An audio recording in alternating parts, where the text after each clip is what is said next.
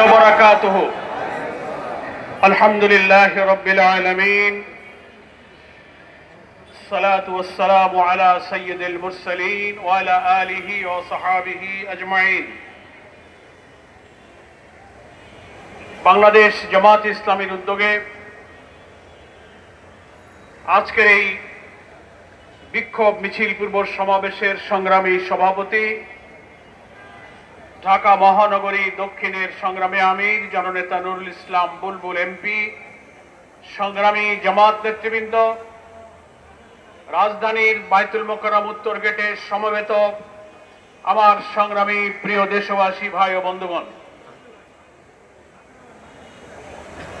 বর্তমান বিএনপি নেতৃত্বাধীন সরকার ক্ষমতায় আসার পর থেকেই 12ই ফেব্রুয়ারির নির্বাচনের পর সরকার গঠন, জাতীয় সংসদের শপথ, মন্ত্রিপরিষদে তারা যখন বসলেন, একটার পর একটা ব্যর্থতা নিয়েই তাদের সরকারের যাত্রা শুরু হয়েছে। প্রথমেই তারা ব্যর্থ হয়েছেন, জাতির সাথে ওয়াদা ভঙ্গ করেছেন, গণভোটের গণরায় বাস্তবায়ন না করে জুলাই সনদের সাথে তারা বিশ্বাসঘাতকতা করেছেন। নিজেরাই গণভোটে হ্যাঁ ভোট দিতে বলেছেন। ওনারা বলেন আমরা হাতে ভোট দিয়েছি, আবার সেই গণভোটকে স্বীকার করে জনগণের সাথে তারা দ্বিচারিতা করে ওয়াদা ভঙ্গ করেছেন, ব্যর্থ হয়েছেন। আইন শৃঙ্খলা, ধর্ষণ, চাঁদাবাজি, হত্যা, খুন খারাপি, লুটপাট, এমপি হয়ে উপজেলা ডিসি অফিস, গ্রামে গঞ্জে সিন্ডিকেট তৈরি করে লুটপাটের বাজার তারা এখন বসানো শুরু করেছে। বিরোধী দলের সংসদ সদস্যদের ন্যায্য হিস্সা সরকারি দলের লোকদের যা দেওয়া হয়, ইউনো ডিসিরা পক্ষপাতিত্ব করে বিরোধী দলের সাথে তারা বৈষম্যপূর্ণ আচরণ শুরু করেছেন। ফলে এই সরকারের প্রত্যেকটি জায়গায় ওয়াদা খেলাপ, বৈষম্যহীন বাংলাদেশ, মানবিক বাংলাদেশ, দুর্নীতি, দলীয় কারণের বিরুদ্ধে নতুন বাংলাদেশ, যত কথা ওনারা বলেছেন সবটা থেকে মুখ ফিরিয়ে তারা ব্যর্থতায় তারা চরমভাবে পর্যবসিত হয়েছেন। আজকে আমরা কেন বিক্ষোভ করছি? গতকালকে এনার্জি রেগুলেটরি কমিশনের বৈঠক করে তাদের চেয়ারম্যান জালাল আহমদ সাহেব মানুষকে বিস্মিত করে সরকারের মন্ত্রীর দেওয়া প্রতিশ্রুতি ভঙ্গ করে তারা বিদ্যুতের অস্বাভাবিক মূল্য বাড়িয়ে দিয়েছেন।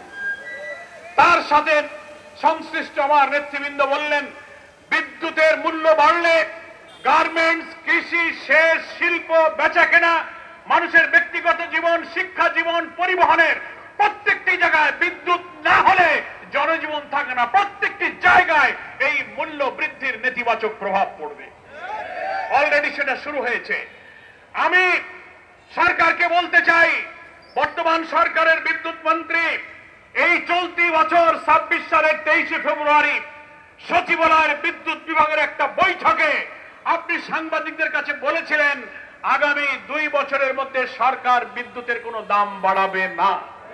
আপনি ওয়াদা করেছিলেন, মাত্র 107 দিন, 3 মাস যে পারল না, আপনি বিদ্যুতের দাম বাড়িয়ে দিলেন।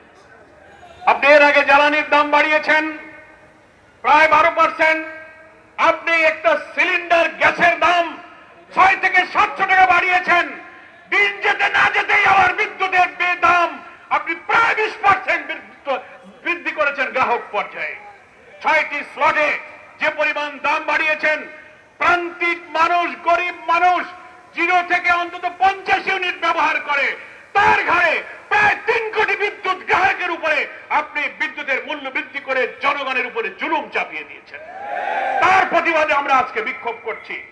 উচিত ছিল বিদ্যুৎ মন্ত্রীর বা সরকারের তার দেওয়া ওয়াদা রক্ষা করে বিদ্যুতের দাম না বাড়িয়ে বিদ্যুৎ সেক্টরে যে অনিয়ম, যে দুর্নীতি, তারপরে যেখানে সিস্টেম লস, ক্যাপাসিটি চার্জের নামে হাজার হাজার কোটি টাকা লুটপাট হচ্ছে, সেইটা বন্ধ করার ব্যবস্থা দরকার ছিল।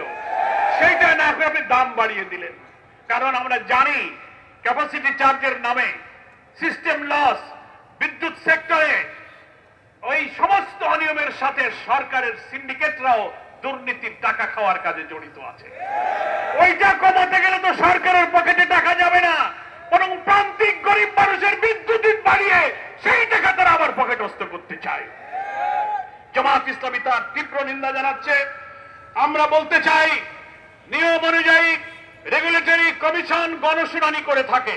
এর আগেও বিদ্যুতের মূল্য বৃদ্ধির আগে রেওয়াজ আছে, লম্বা সময় ধরে জনগণের কথা শোনেন, যুক্তি শোনেন। মাত্র 4 দিনের গণশুনানি হয়েছে। সেই গণশুনানি শেষ করে 4 দিনের মধ্যেই আপনি গতকালকে বিদ্যুৎ মূল্য বৃদ্ধির ঘোষণা দিয়ে দিলেন এবং কত বাড়ালেন। রেগুলেটরি কমিশনের যে টেকনিক্যাল কমিটি ছিল, কারিগরি কমিটি, তারা যে প্রস্তাব করেছিল, উৎপাদন, সঞ্চালন, বিপণন, বিদ্যুতের সব বিভাগের প্রস্তাবকে সমন্বয় করে তারা যে প্রস্তাব করেছিল, রেগুলেটরি কমিশন তার চেয়ে বেশি পরিমাণ দাম বাড়িয়ে দিয়ে জনগণের উপরে এই ভোগান্তি চাপিয়ে দিচ্ছেন। ফলে আমাদের ব্যবসা বাণিজ্য, গার্মেন্ট শিল্প, পরিবহন শিল্প, কৃষি, সেচ, সামনে বড় ধান, অন্যান্য কৃষির মৌসুমগুলোতে বিদ্যুৎ না হলে সেচ চলে না, বিদ্যুৎ না হলে গার্মেন্ট চলে না, কারখানা চলে না। গোটা জাতিকে একটা সংকটের মধ্যে আপনি ফেলে দিচ্ছেন। রামিসার মতো শিশুর নিষ্পাপ খুন নিষ্ঠুর ভাবে হলো, চাঁদাবাজি হচ্ছে, লুটপাট হচ্ছে। বিএনপির নেতারা সফর করার আগে 15 বছরের মেয়ে জোগাড় করে রাখতে বলে। সেই দিকে দলকে সংশোধন করার কোন প্রচেষ্টা সরকারের নাই। দুর্নীতি বিদ্যুৎ ক্ষেত্রে ঠেকালেন না। ক্যাপাসিটি চার্জের নামে দলীয় লোকদের আগের থেকেই আপনি কুইক রেন্টাল পাওয়ার নানান বিদ্যুৎ কেন্দ্র বানিয়েছেন, বিদ্যুতের প্রোডাকশন নাই। চুক্তির কারণে আপনি তাদেরকে ক্যাপাসিটি চার্জ দিয়ে যাচ্ছেন। এই অর্থমন্ত্রী আমির খসরু সাহেব আইএমএফ এর শর্ত পূরণ করার জন্য বৈঠক করে আইএমএফ শর্ত দিয়েছে বিদ্যুতের দাম বাড়াও। বিশ্ব ব্যাংক আর আইএমএফ এর কাছে আমরা তো দাসখত দেইনি, আমরা তাদের গোলাম না।